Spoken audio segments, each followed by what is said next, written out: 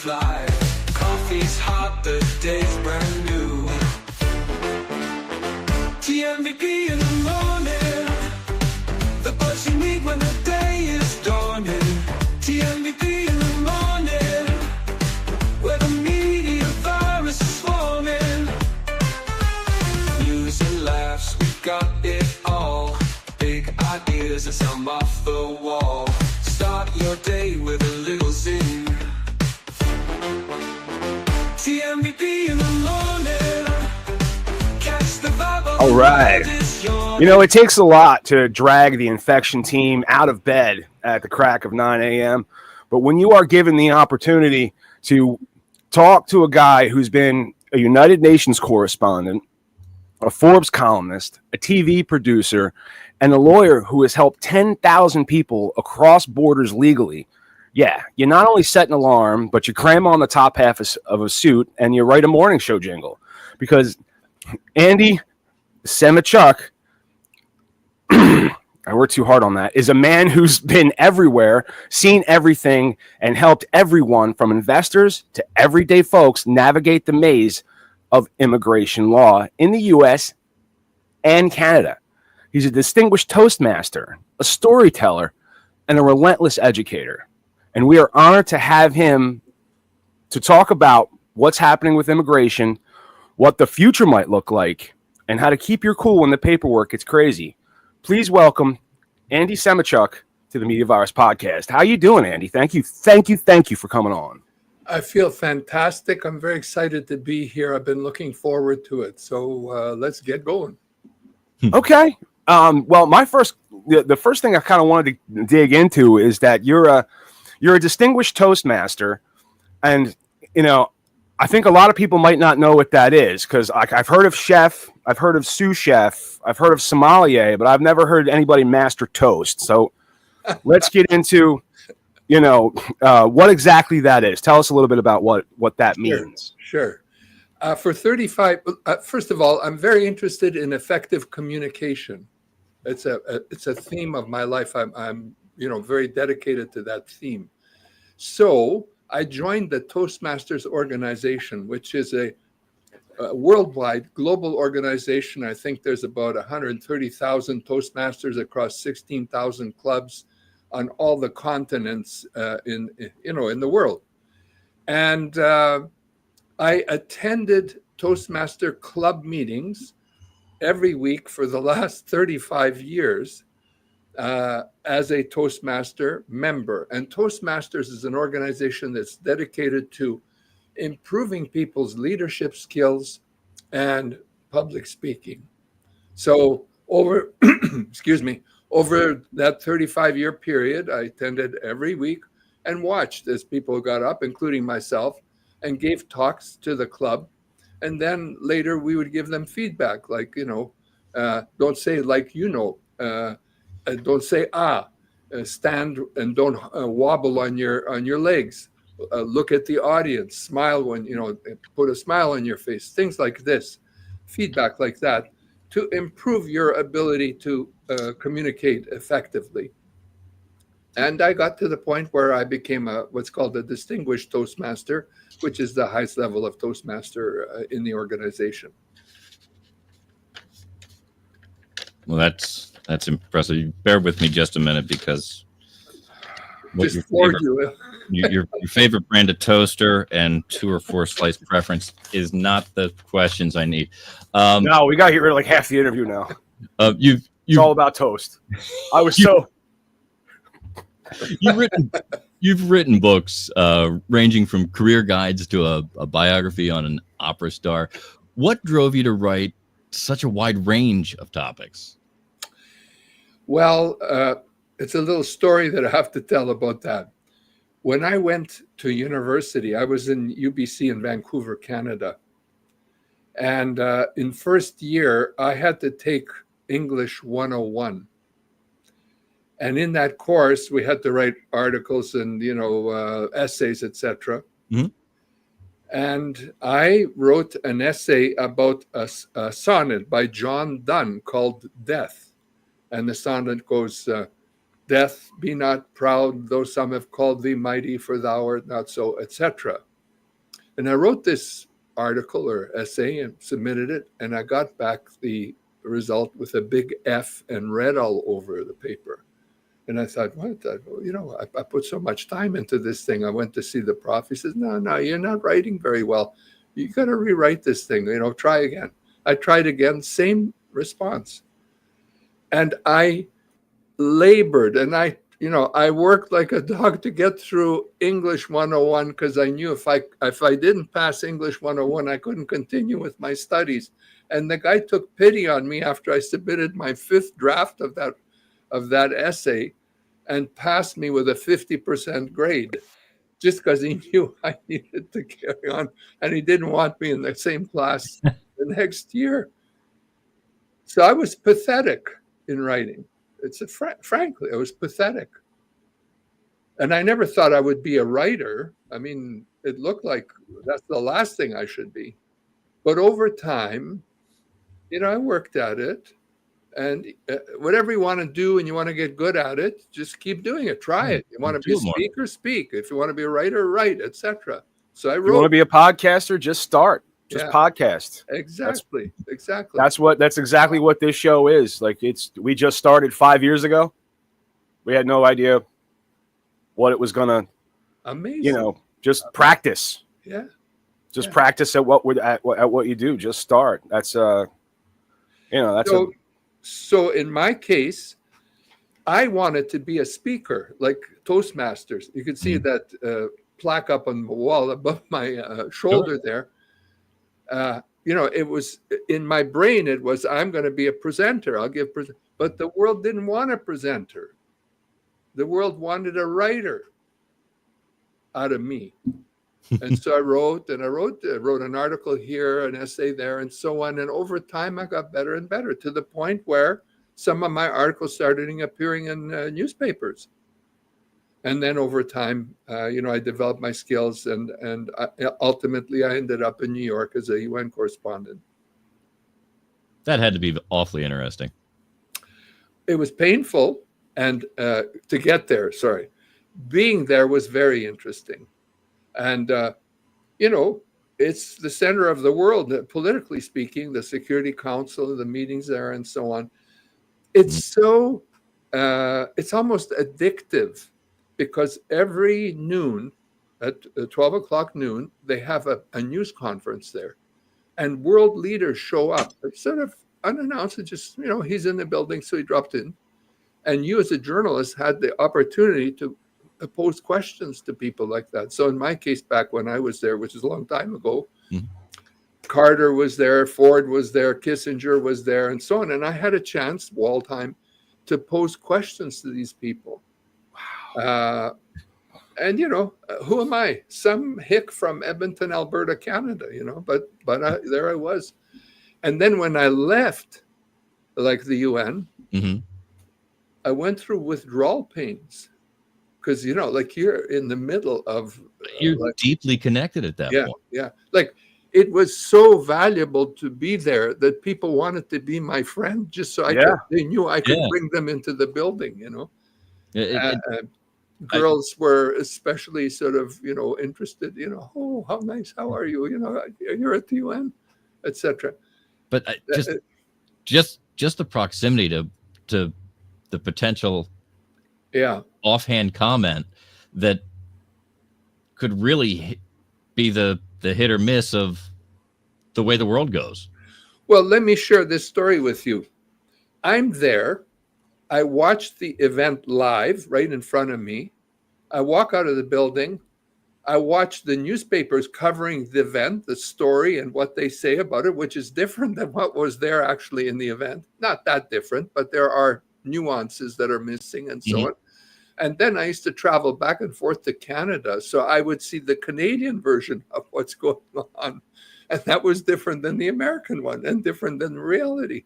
So there's, and you can see, how, the story or the game where you go around a campfire, you share a secret, and everybody shares a secret. By the time it gets to the other side the secret's all like it's a different. Yeah, it's like a bad game of telephone. Yeah. Well, that's what's happening often with news stories. If you carry it around, not everybody not paints totally, it with their but opinion. but there are differences, between the reality and what's going on in terms of news coverage.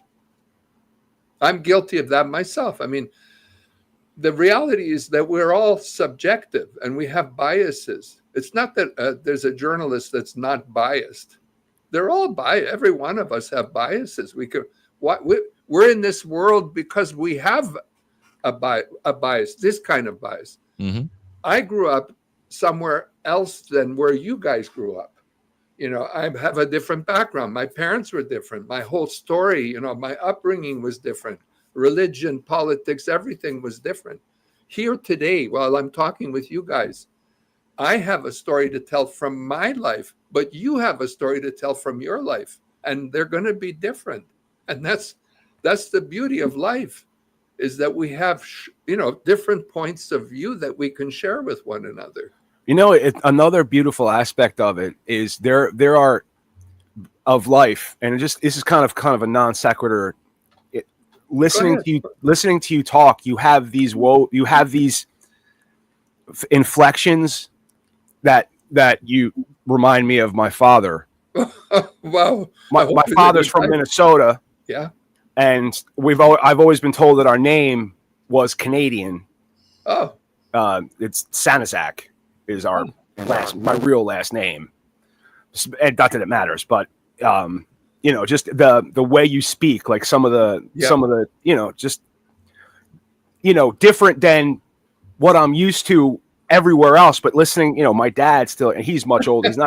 He's 93 now, so a lot of that inflection is gone. Oh yeah. But I just, it was.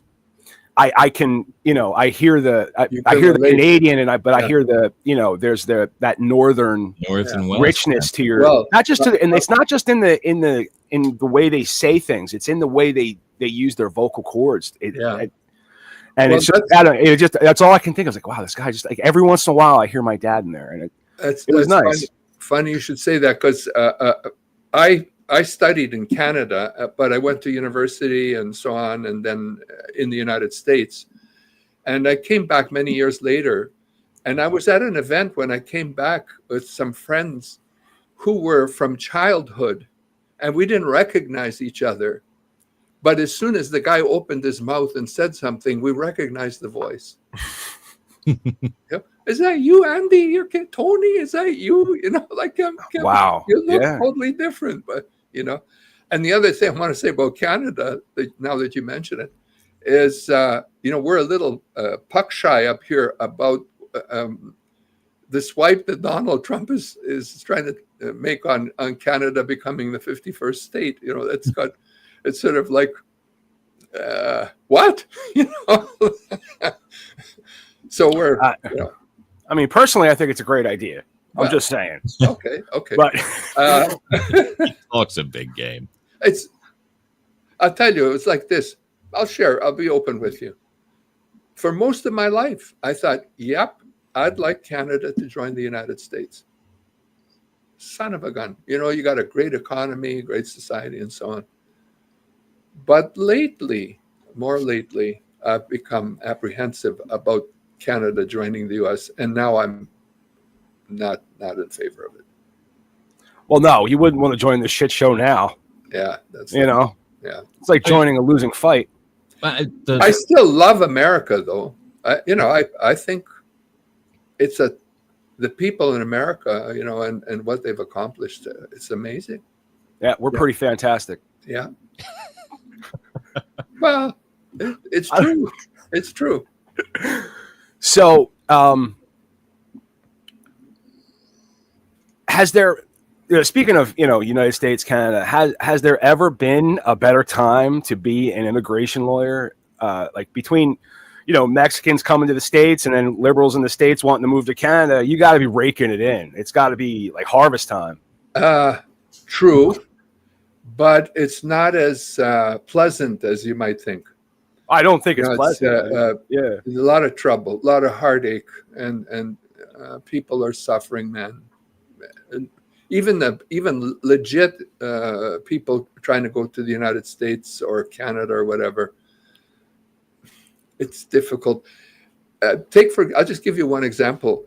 They just tightened up the TN category under the free trade agreement in the United States. They tightened it up a bit about the definitions of people who can get a work visa to come into the United States under the free trade agreement, USMCA it's called. Mm-hmm.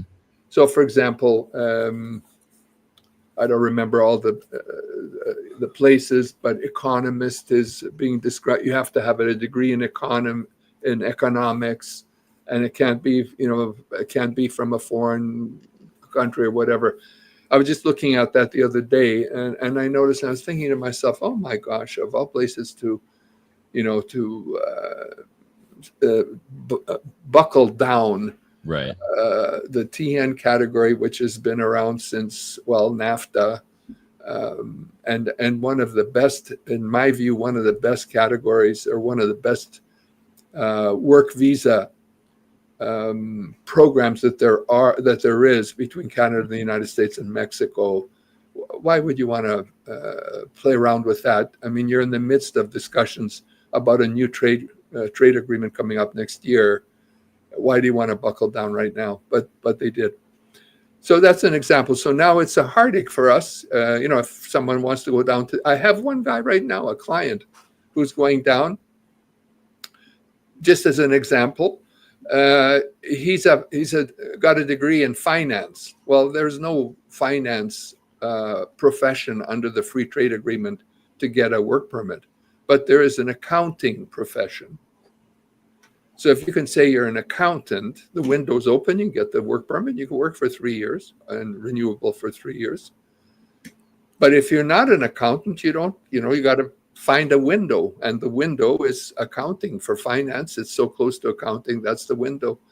So we prepared, since he doesn't have accounting, we got his transcripts and showed where he's taken accounting courses.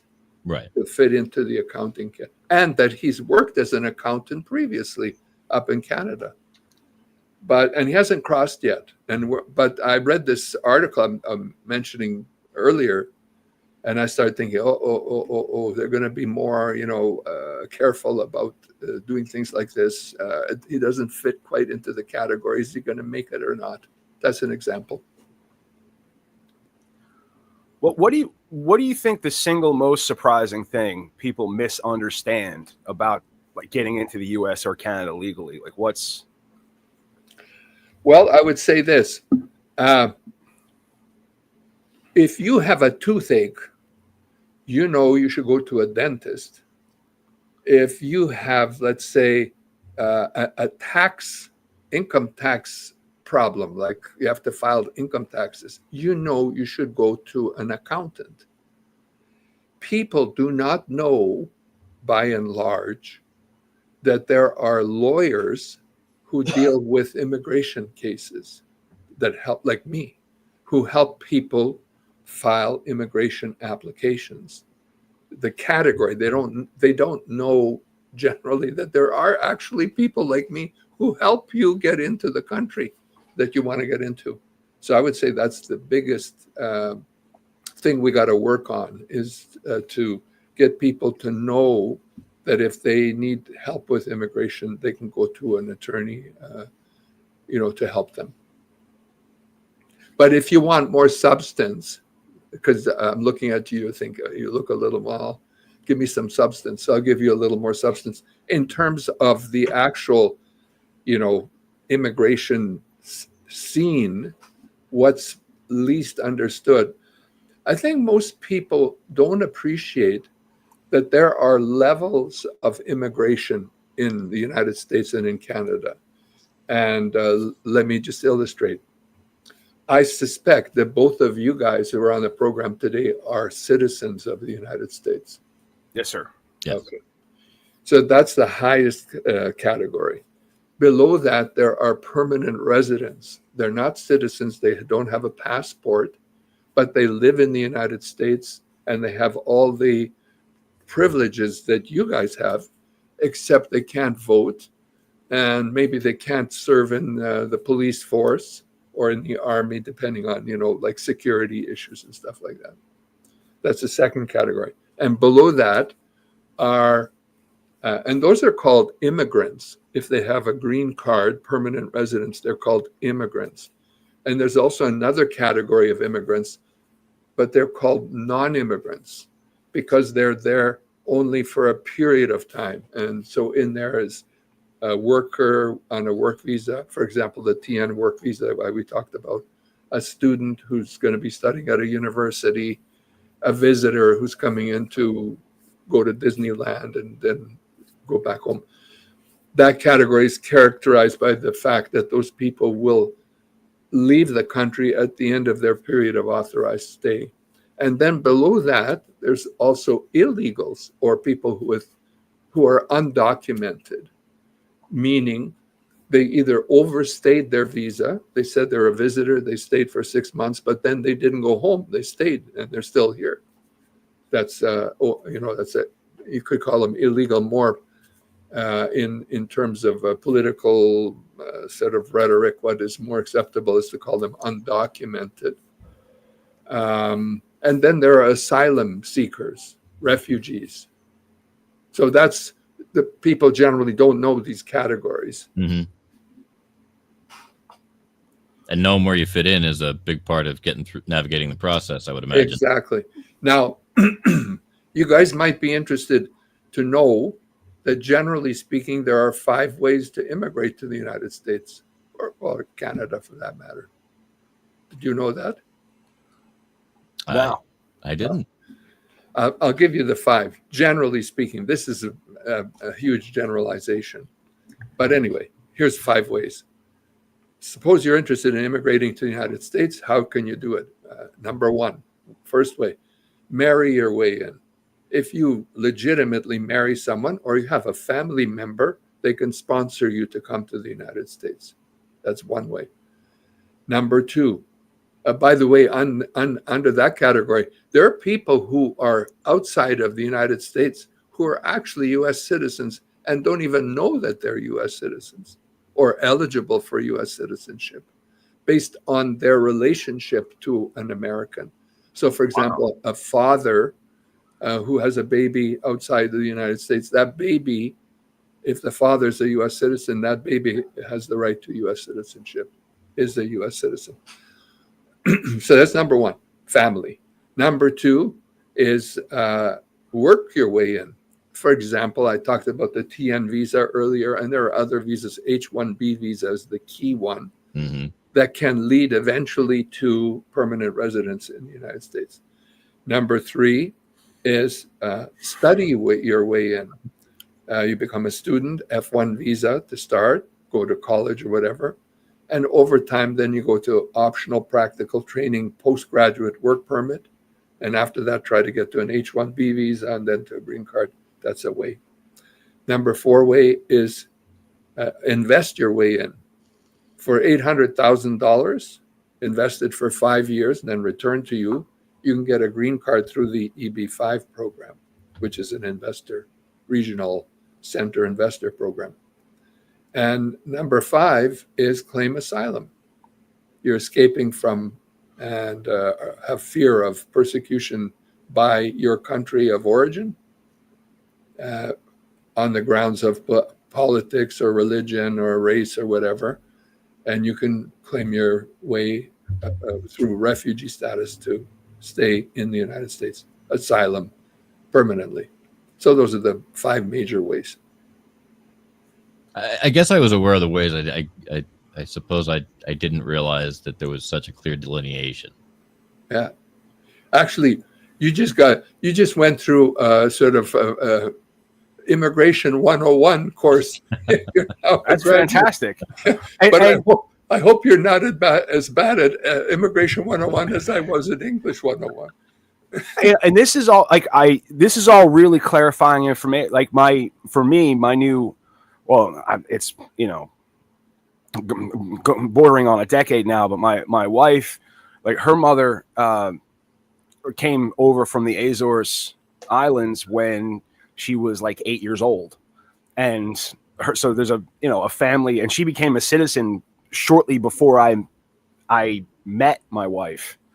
My wife, of course, was a citizen because she was born here. And then we have a friend of the show, our HR lady, who is now living in Mexico with her new husband, but her company moved her there to work with the Mexican branch of the company, but now she works for like Budapest or something. Oh. Like she works in like Europe, like her job's in Europe, but she's in Mexico.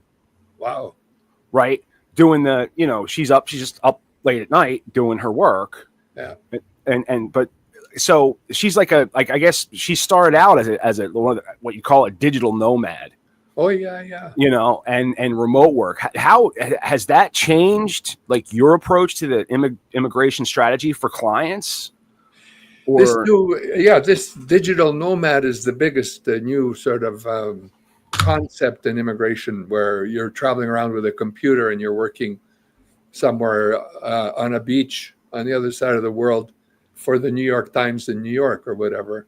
And the countries are adapting their programs to enable people to work in that manner. And I'd like to share a story about that particular area that might be of interest.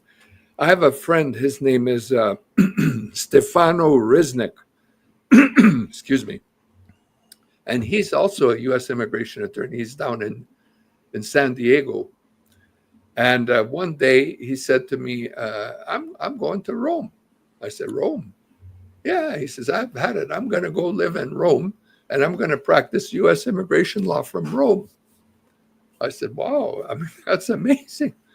And he says, yeah, it's no big deal. I'll get up early or late or whatever, so the timing of my work will be the same as in the United States, but I'll do my work in Rome, and my helpers will help me get all the stuff filed and everything like that. And he spent, I think, a year at least, maybe 2, in Rome practicing U.S. immigration law. He's the original digital nomad back when there was no digital nomads. Yeah. But he told me like this story. He said, Rome was not what I was hoping it would be. I said, what do you mean? He says, well, for example, in Rome, my clients, they didn't use banks. They'd come to my office with suitcases full of money to pay me for my legal fees. They didn't trust the banks. Now, this is a big exaggeration. It's a story, and when the facts get in the way for a good story, you ignore the facts. You ignore them. Yes. Yeah, so I'm giving you a story. But anyway, he said that, and then he said, the other thing is, the guys in southern Italy, they're all at coffee shops. They don't work. They sit all day at coffee shops and read newspapers and talk with each other. I said, what do you mean? He says, they're all in for the big commission. They're looking to piece 2 big deals together and make a commission on it. To work every day, no, that's not for them. They don't have time for that. They're too big for that. They want the big. He says, and I started hanging out at coffee shops all day long instead of at the office, to the point where my work habits were suffering. He said, I got to get out of here. I can't take this. So I picked up, went back to San Diego, and now he's practicing in San Diego. It's a crazy story. He said, Italy, you divide Italy in half. The top half is industrious, unbelievable. They're all like, machines. The bottom half is all like coffee shops and stuff like that. It's all a general, I don't want to be attacked. I don't believe that. It's a story. It's not the reality. But, there's some elements there as to why he decided I'm going back home. My family comes from right about the middle, and that makes sense because I'm happy either way. Oh, gosh. That's funny. I love Italy, though, to tell you truthfully. I've never been. I hope to go someday. I have a great aunt who was a famous opera star. I wrote a book about her. Solomia was her name. Oh. Krushelnicka. You won't know that name, but I don't know if you're into opera. like today, opera fans will know Maria Callas was a Greek great opera star. Well, before Maria Callas as a soprano, my great aunt Semotiuk was a big opera star, and she lived in Milan where she studied and so on. And then she had a villa in Viareggio on the Adriatic coast, and it's beautiful there. It's just outstanding. And there's quite a story there. So I was going to say, location alone, you've got quite a story there. Yeah. She helped save Puccini when he bombed in an opera, Madame Butterfly at La Scala. He came to her, asked if she could help him restage the opera, and she agreed. And they worked together, restaged it, made it, successful to this very day. Just yesterday, I'm traveling home from work. I turn on the radio and I hear a aria. Now, I'm not a big opera. I never go to operas. I'm not an opera guru. But I hear this aria and I'm thinking, that's from Madame Butterfly. And sure enough, it was the aria from Madame Butterfly on the opera, on the radio. Yeah, I was listening to another podcast you were on. You went in, you were telling the story of Salomia. Yeah. And then you would, the part I found the best was like, she just one day decided, I don't want to do this anymore. Yeah. No. And she just stopped doing it. Yeah. Did something else. I mean, fantastic. It's just, that was fun. That's sort of great life advice. When you're done with something, to be doing it for you, do something else. Do something else. Yeah. There you go. It was quite her life was quite, it's an odyssey, her life, because she lived through the period from the late 1800s through World War II and ended up behind the Iron Curtain at the end of World War II. And I learned about her in 1952 after she died. I was a small kid back then. Yeah. And didn't make much of it until much later in my life. And then I decided, hey, who is this person? And so I wrote a book about her. That's an incredibly interesting time period, though. Yes. She, just to give you an illustration, she married the mayor of Viareggio, the little town on the Adriatic coast. And he was a lawyer. And while she was performing in opera, she was supposed to perform in Naples, but the Mount Vesuvius blew up and there was dust all over the place. And the doctors told her, no, you shouldn't go sing there because, it's bad for your lungs. And so she canceled the run, and they sued her, saying, you were supposed to be here, you didn't show up. And she had a lawyer, but this guy, his name was Riccioni, Cesare Riccioni, the mayor from Viareggio, who was then a lawyer. He stepped in to help this other lawyer defend her, and they were successful in defending her. Yeah. But in the course of that, there was kind of, hey, this pretty good-looking babe here, I think I'll hang out with her, And she's thinking, lawyer, but still, and over time, okay, let's go. And they got married in Buenos Aires. They eloped to Buenos Aires and married in Buenos Aires. It was a huge deal back then. This is in 1910 that a European opera star came to Buenos Aires and got married secretly in Buenos Aires. Yeah, I mean, there's a whole Atlantic crossing and all that. There's a lot going on in that story. And she came to the U.S. Here's an interesting little piece about the U.S. She came to the U.S., New York, in 1928. And if you know New York, there's the Chrysler Building and the Empire State Building. They were competing for who would finish first. Mm-hmm. And the Chrysler Building finished in 1928, the same year she arrived.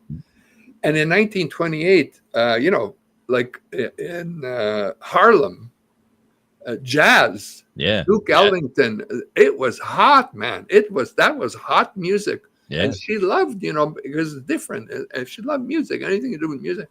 So like, wow, you come to New York, and Harlem she is performed a in New York. place to be. She performed in New York. She performed in New York, Philadelphia, Chicago, Detroit, Montreal, Winnipeg, etc. But that was 1928, roaring 20s. But the next year, the crash basement fell out of. Yeah. It was like, what a downer. But by then she was in Europe, and then the depression came to Europe obviously as well. Mm-hmm. So she lived through the depression, and in Europe, in Italy, in Germany, you had the rise to power of Adolf Hitler. In 1933, he becomes the chancellor of Italy, of Germany. Germany. In Italy, you have Mussolini. Now, Mussolini was not a big fan, or he didn't get along that well with the creative community. So this guy, Toscanini, who was one of these conductors, he was conducting a symphony, and Mussolini shows up. And Mussolini demands that he play the fascist national anthem. And Toscanini, no, I don't do that. I don't do that for anybody. And he broke his conductor wand and marched off stage. And later he took off and came to New York. He became the NBC Symphony Orchestra conductor in his later years. Mm-hmm. But Mussolini was a danger for Solomia, and she, her husband died in 1936. This guy Riccioni. Mm-hmm. So they buried him, and then she decided, okay, I'm going to start burning my correspondence and paperwork, because if it gets into the wrong hands, people will be harmed. Right. And she did, and eventually she thought, well, I'm going to take a trip out to Poland, eastern Poland, Ukrainian, western Ukraine land, where my family was from, to visit. And in 1939, in August, she packed her bags, closed up her villa in Viareggio. Like, I didn't think I'd get into this story with you guys on this program. No. I don't know what I'm doing here with this story. But anyway, let me finish it. Sure. Yeah. Okay, so she's in August. Now, if you know your history, September 1st, 1939 is when World War II broke out. That's right. Okay, so in August, she closes up her villa, gives the keys to the next door neighbor, and gets on a train going to Poland. Okay, she gets there. She's in Poland. World War II breaks out September 1st. So then she thinks, okay, I'm going to go see my family, which is in this city called Lviv, which today now is more well known than before, because it's now Western Ukraine, and that's where all the journalists are reporting about the war from. So she went there, and she spent the rest of her life there. The villa ended up being plundered during the war when a bomb fell on next door on the German consulate, but it knocked out a wall in the villa, and so people went in there and plundered the whole thing, and so she died behind that iron curtain in destitute circumstances. It's a shame. Yeah. That's mind blowing. Yeah. I guess you just took a trip just to go see some family. Yeah.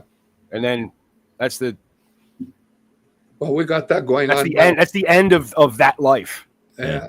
We got that going on now here. I mean, people are like upside down everywhere. Well, like, I don't know how you guys feel about these things, but like Gaza and what's going on in Gaza, I'm watching TV, and there's all these kids that are starving. Oh my God.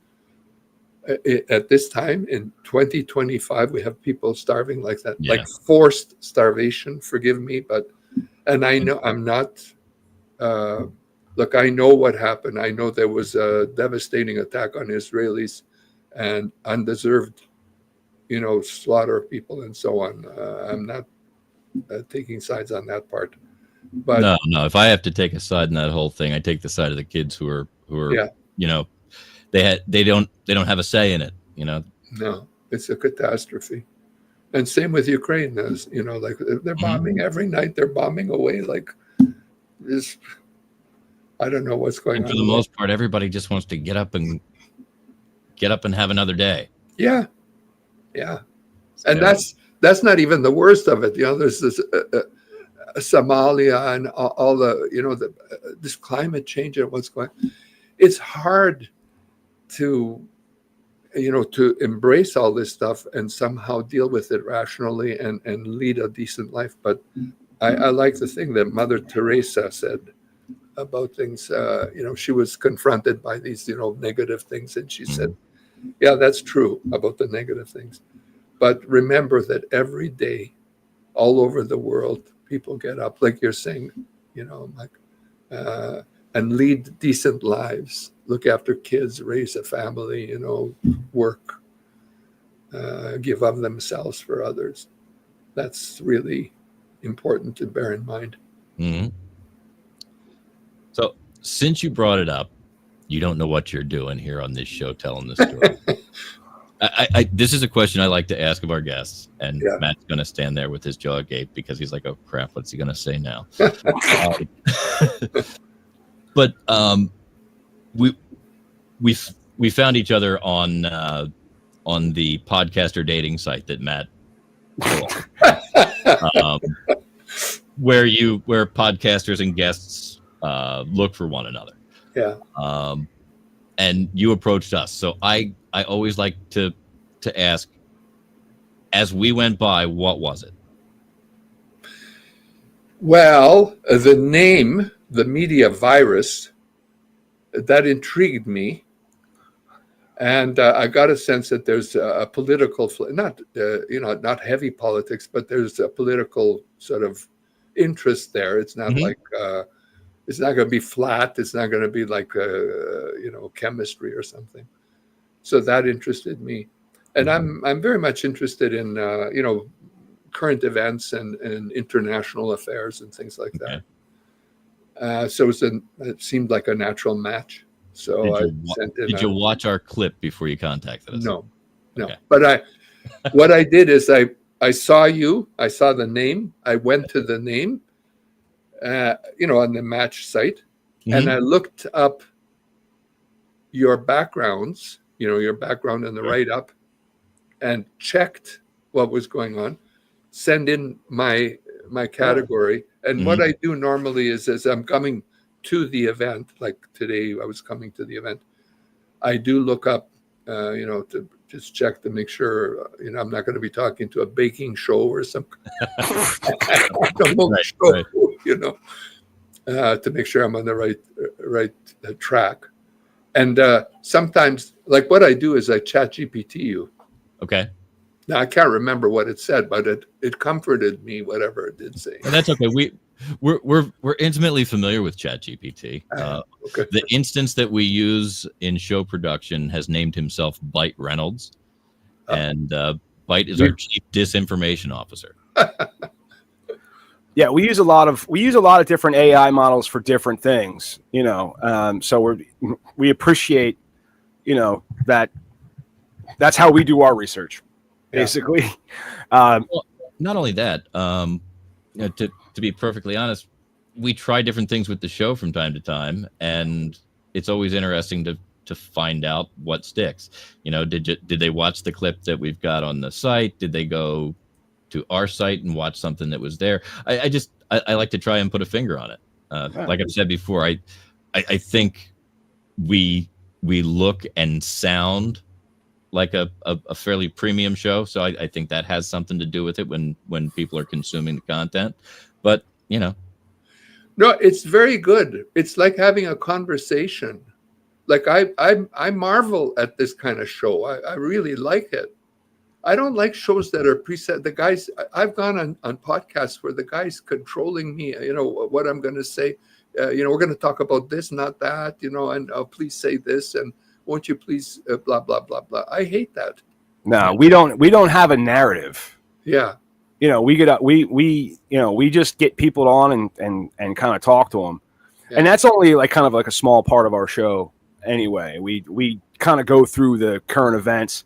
We actively avoid talking about politics. We don't go into the day to day. Yeah. But we kind of comment on the state of society. That's right. With that type of thing. And just kind of want to shift gears a little bit, because you were a UN correspondent in the 70s. We talked about that. Right. But if you could compare like the media landscape then and now, like what would it be? Like what would what do you think? Has the evolution been a good thing? I think is my from the 70s to what we have now. That's a great question. That's a super question, man. Back then, there were very prominent news channels. Like I remember worshiping the journalists from Washington Post, New York Times, New York Post, ABC, NBC, and so on. In Canada, CBC, right. CTV. That was where everybody got their news. Mm-hmm. And you remember I mentioned earlier in the program that I was at the event and I saw what they reported on the event. Then I went up to Canada. There was that kind of distortion, shall we say, in terms of the reality. You can never quite portray the reality exactly as it is because you're selecting from the reality in what you're reporting. But now, a big challenge, well, first of all, it's been smashed into 1,000 pieces. There are 1,000 news sources, all kinds of social media, TikTok, Facebook, the whole works. So people are getting their news from different sources. Well, you know this story. And there's the echo chamber problem of they're listening to what they like, which I myself am unfortunately a true believer in because I watch true confessions. I watch ABC every night.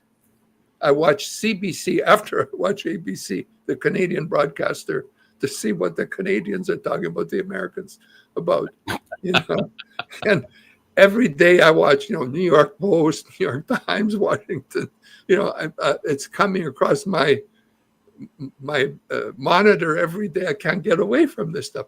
But I think I'm more like Jeffrey Sachs is someone I know a little bit. I don't get along with him, but I know him.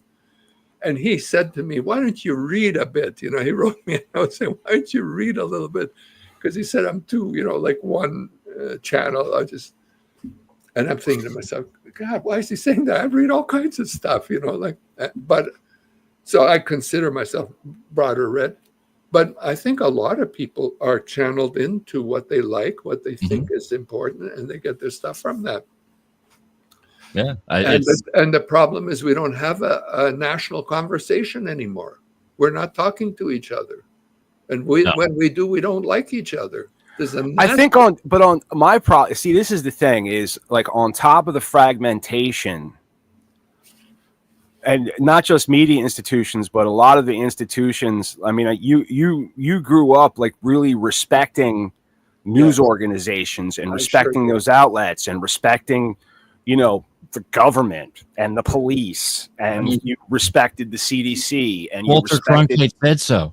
Yeah, and I think the situation now is every one of those institutions has disgraced itself. Yeah, and no one knows where to go to find the objective truth. Yeah, because it doesn't seem to be out there anymore. And you have so many subjective truths being fired upon you on the internet. Yeah. That's I'll true. read 2, 3, 4 articles before I try to think any harder about something than face value. Yeah. That's like when you start. Ethics is a challenge these days, more so than they were back then.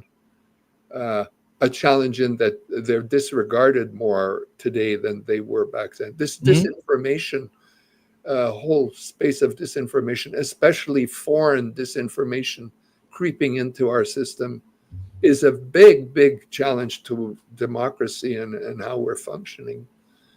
So those are all, I think, I don't know, as far as where we're heading goes, I would say one big thing that I think has got to be paid attention to is ethics in journalism and in government. I agree with that. We've lost it, man. It's gone. I don't think anybody knows. I mean, integrity. I think we did a news story about an ethics professor who was falsifying her results. Yes. Oh Lord. She was going to publish. She was publishing basically. Study. Yeah, that she falsified the results of. So, at its core, I think ethics, and it's just like when you start talking about like the international conflicts like Gaza and Israel, Ukraine and Russia, these conflicts are so broad. Yeah. I don't understand everything about them. They're thousands of years deep. Thousands on both sides. Yeah. On all fronts. These are old conflicts. These are ingrained hatreds of each other. Yeah. And I don't know enough about any. I know some history. I know my World War I. I know my World War II. I know my Cold War, but before that, I don't know. I know bits and pieces. I might subscribe to the theory that there's a missing 300 years. I don't know. Did you ever hear about that one? That in like 733, the Pope decided he wanted to be the Pope and the Emperor. They decided they both wanted to be ruling in the year 1000, so they just made it the year 1000, and we just accept it. It's just all these weird. You get bombarded with all this information, and like you don't know what to do with it.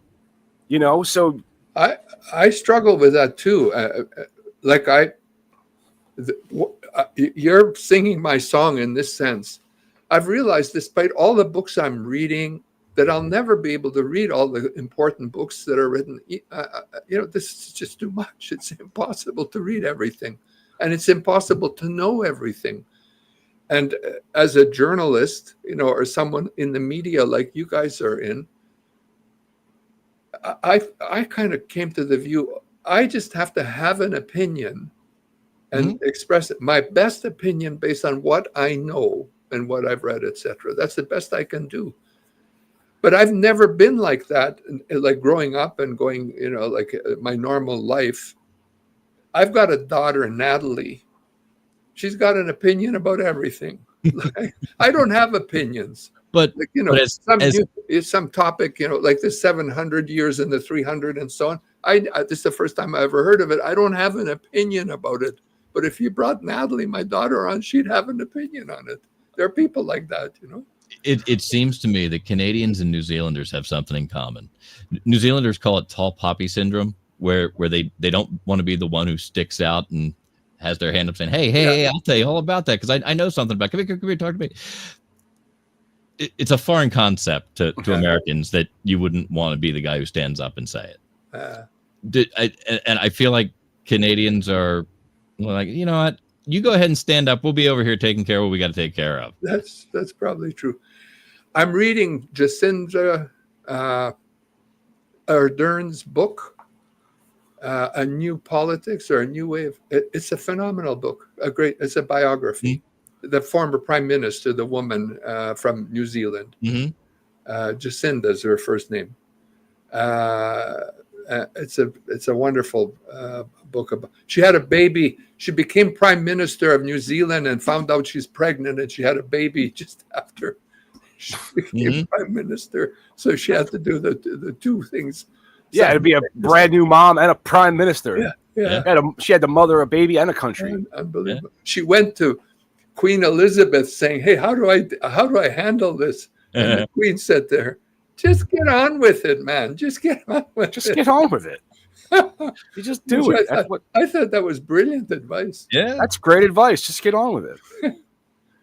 That's very British advice, though. Okay, carry on and keep calm. Yeah, I listened to a podcast called Flightless Bird. The host, David Ferrier, was here from New Zealand working on a project when COVID hit and got stuck here because he wasn't allowed to leave because of it, couldn't go back in because of exposure. So he was okay here and holed up here for a while. In the process, started doing this show about the differences in culture that he finds and appreciates. It's a fairly interesting show, but one of the recurring themes, he talks about this tall poppy syndrome, where he likes to see it because Americans pop up and do what but as a New Zealander, that's just not in his DNA to be the guy who stands up and is noticed. I'm the same way that way. I don't like to go first. So, I don't like to go first just because I like to see where the first trap is. You know what I mean? But so you've written for Forbes for over a decade. You're on a wide variety of topics, but what topic do you wish you could write about? Is there something that's too spicy or outside of the Forbes lane? Forbes paywall that won't let me read his articles. It's funny you should say that because for 10 years I've been writing about immigration for Forbes. But as we talked earlier, I was a UN correspondent where I wrote about international law, basically, international affairs. Mm-hmm. And I was pining away thinking, why can't I write about international affairs? But whenever I wandered away from my immigration theme, my editors would jump on me and hey, that's not your swim lane. Get back into your swim lane. But recently, they allowed me to break out into international law. So I've written a few articles on international law. I wrote an interesting place where that comes together. I would imagine. Oh, the two are intertwined. I could almost write on international law by just throwing in some immigration element to any story. I feel like when those deals are done, that if you're going to talk about tariffs, you're going to say, hey, my people want to go to Disneyland, Disney World. How are we going to work this out so everybody wins? Those visas come into play. It's all on the table, right? Yeah. It's funny you should say that because a friend of mine who reads my articles, he saw me write this article, which is not on immigration. And he's saying, I'm reading this article looking for where you're throwing in the immigration angle. And it's not there. It's not the article I'm expecting, Uh-huh. So, but they are intertwined. And, so international affairs is a subject of great interest to me. And I was talking to a friend of mine this morning because we went for a walk before I got on the program here. And we were talking about AI and how it's impacting writing. A big concern of mine is I don't want to be, what's the word? Where you're copying someone else's writing. Sure, plagiarizing, yeah. So I'm writing articles and I'm checking plagiarism because I think it's almost a necessary part of writing that somewhere. Yeah. At some point you could misattribution of a quote could get you in so much hot water. You need to backstop your stuff. Yeah. So my friend was saying, well, you think that's bad. In music, there are guys being sued for, writing a song that he thought was original and it's actually someone else's song. It's the same deal. It's funny because this show, the Media Virus podcast, I was a musician in my youth, and my first band, like the first real band where we went out and played, this was back in 90, it was like a Nirvana clone, like 96-ish. And we were the Media Virus. That was the name of the band. Wow. And it was, and you have no idea how many times you're working on a chord progression, you're working on something, and you're like, this is so cool. And you're like, you know what I mean? And you're going through it, and then you get the drummer comes in. He goes, all right, I got a riff for that. And he starts, and you're jamming, and the guy goes, and then the guitar player comes in and goes, dude, I don't want to play Skinner tunes. Oh, what? He's like, dude, that's Sweet Home Alabama. Like, you're out of your mind. That's not. Slow it down. Oh. and then he'll go. I'm like, come on. And it's just, one after another. Oh, that's the end of Freebird.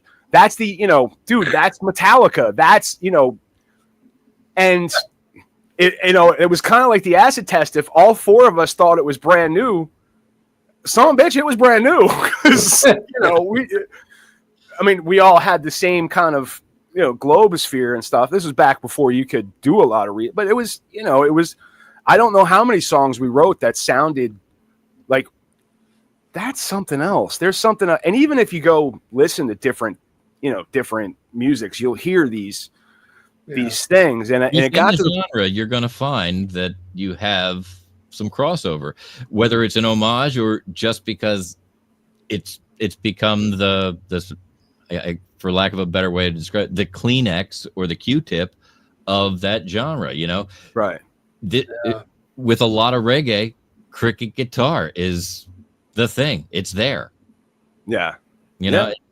A lot of things have their sound, but you also have to realize, it's all rock and roll except for the polish you put on top of it. and then there's the, bring it into this, the comedy, I'll make a joke or I'll think of it. I'll think of something and I'll legitimately think I thought of it, and then I'll start to wait. Did I hear that somewhere? Is that I've lived for 49 years. But have I ever had an original thought of my own? Or we're all here to call you on joke theft, though. Right? Oh, I know that. I understand that. But two other guys, you have to sometimes ask because one of the things I always say, getting back to the history and the bombardment of information that we deal with, and I say this to everybody, and it really steams some people up. You only know what you've been told. Yeah. That's all you know. You only know what you know. Well, I did my research. Yeah, and somebody wrote that. They told it to you. Yeah. You only know what you've been told. You don't know what you haven't been told. And I'm sure that, there's this wider swath of what I don't know, than there is of what I do. And trying to take that and make sense of it and write comedy and write music and write, for Forbes, it's the same confusion. You gotta kind of filter out the noise. So I take from this discussion two things. One is I agree with you that there's very little that's totally new in this world, really. We're all sort of layering on top. It's all new because we're layering on top of what we know and making it new and fresh and so on. Right. That's new. I don't know if there are many things or thoughts or music or whatever that's totally new that we've never seen before in terms of creativity. But then on the other hand, you think of AI and what a phenomenal leap that is compared to what has been before. So that's kind of new. There's a little bit of contradiction there. But anyway, I, in my work, in writing and whatever, and comedy also, a lot of my stuff is just reworking old ideas that have, that I learned from other people. I'd say most of it is. And the other thing is, sorry. I bet he'd love our cold read theater. Just old ideas that are reworked. That went over my head. I didn't catch. Well, that. we have a bit on the show that we'll do sometimes. It's called Cold Read Theater, and when we have enough people on the show, one of us will have written a script. Just a story. Whatever, a script, and then everybody's distributed their lines, and then we have to write it. You have to just perform it instantly. Like we're just, kind of like voice acting. Mm-hmm. And usually it's just we've built, kind of old jokes into the story. You know what I mean? We've kind of we build a lot of these old, just like I'm trying to think of something halfway clean I can say. That's hard to do sometimes. Yeah, not a whole lot of clean jokes in our stuff. It's a, but man meets a woman on an airplane, right? And she's very attractive, and he asks her, what's your name? She goes, my name is Carmen. She's like, oh, that's nice. And that she goes, and she was like, well, I named myself after my two favorite things. I like cars and I like men. And then she goes, what's your name? And he goes, BJ Titzenbeer. Oh, you're going through the whole writing process? No. I was just trying to come up with a halfway. I know it's not the cleanest, but I couldn't think of anything like, really, spotless to kind of the different jokes that we work into the different things that we do. And it's just tired jokes. Really, it's just old tired jokes built into these little, things. Okay. Little a man is on a train in Europe, and he's going to his compartment, and he overhears a discussion between three women in the compartment. The first woman says, I hope the fourth passenger in our compartment is a military man. The second woman says, oh, no. I hope the fourth passenger in our compartment is an American Indian. And the third woman in the compartment says, oh, no. I hope that the fourth passenger in our compartment is an Olympic swimmer. And so the man enters the compartment and he says, ladies, allow me to introduce myself. I am Olympic champion Lieutenant Colonel White Eagle. That is a good one. Yeah, that's off your joke. I appreciate it. Nothing like a good joke volley. So, you've been very generous with your time. It's been over an hour. We do really appreciate, Andy. You've had a great time talking to you. Just to be respect, I don't want to, not rushing you off, but I also want to give you the respect that you deserve. But if you could go on a 2-minute rant, or just a rant about anything in your industry that drives you absolutely nuts, what would it be? I'm going to talk about communication skills. And the problem is this, that virtually everyone thinks they're great communicators when very few are. They don't take the time to learn how to be a good communicator. They don't put in the discipline and the study that is needed. And sadly, our society suffers as a result. Often at meetings, people are wandering all over the place. They don't know how to share their ideas in a way that keeps us interested. Most people don't know how to present things in a way that keeps the audience attention, with them as they're presenting. And even in my own profession, in the legal community, where you would think communication is a really critical aspect of our work, most lawyers are very poor communicators. They don't know how to share ideas. They use PowerPoints with on each page, there's 100 words on the PowerPoint, for example. They don't entertain both the left and the right hemisphere of the brain while they're presenting. The logical, numerical, sort of rational part of the brain, and the creative, music and poetry part of the brain. So you have presentations where for like an hour, your right side of the brain, the creative part, is begging for some attention. And you find yourself as a person in an audience launching off into a ski trip out in Colorado while this presentation is going on, for the sake of just getting away from, the lack of participation of all parts of your brain. And let me share an example of how this is true with a story from my own life. And that is, I gave a presentation like this once, and I thought I was doing really well. The audience seemed to be responding. And as I was leaving the theater outside, I heard two men talking. And one man said to the other, if I only have 5 minutes left to live in this world, I hope it's as a member of an audience where Andy Semotiuk is speaking. And I thought, wow, what an honor.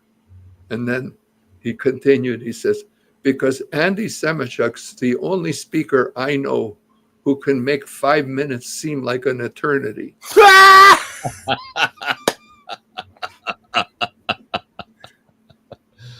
Oh. Well, I got to tell you, man, you've made an hour and 10 minutes go by in quite a flash. We've enjoyed talking to you thoroughly. I want to thank you so much for your time, Andy. You want to give out at your any social media, or where can we find your books, do all that fun stuff? Sure. Let me thank you first of all for having me on your program. I enjoyed it thoroughly as well. You guys are great. Thank you. If anybody wants to reach me, I'm at pacelawfirm.com. The website is pacelawfirm.com, Andy Semotiuk. And you can get my books on Amazon, any of the books that I have on Amazon. Just search as an author, Andy Semotiuk. Right. Fantastic. There you go. All right. Thank you for coming, Andy. Thank you so much for coming, Andy. We really do appreciate it. For anybody out there checking us out right now, you can check out our normal Wednesday show tomorrow night. We start at 8:30. We go, like we normally do. We go to 11. So check us out then, and check out Andy. And I've had such a blast talking to you, man. Thank you so much. Good fun. Yeah, it was great. All right, and you want to run the closer there, Mike? Yeah, I'm going to go ahead and take us out of here. Ladies and gentlemen, thank you for joining us for this special episode of the Media Virus Podcast. And I forgot I have to do it from here. Yeah.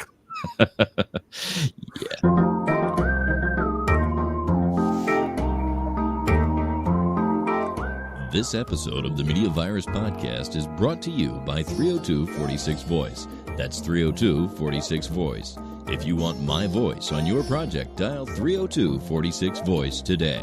Don't forget to check out our sister show on the Media Virus Podcast Network, Stepmoms Without Children. Join Ricky Rockdeff as she takes a deep dive into the fascinating people she meets and thinks that you should meet too. Find Stepmoms Without Children at themediavirus.com, Spotify, Apple Podcasts, or wherever you get your fine podcasts. Special thanks to mysportsreports.com and delawaresports.com, delivering regional sports coverage straight to your devices via stream and podcast. Learn more at mysportsreports.com and delawaresports.com. If you wish to sponsor the Media Virus Podcast, email your contact information to pml@themediavirus.com with the subject line sponsor, or leave us a message at 646-VIRUS01. On behalf of the infection team and our feckless leader, Maddie Rockdeff, I'm the Reverend Professor Mike Latoris, coming to you live high atop Uncle Butch Studios, with one hand firmly on the pulse and the other clawing for a shred of sanity. This has been the Media Virus Podcast. We'll be back next week Find us at themediavirus.com, on social media, or download us now from your favorite podcast platform.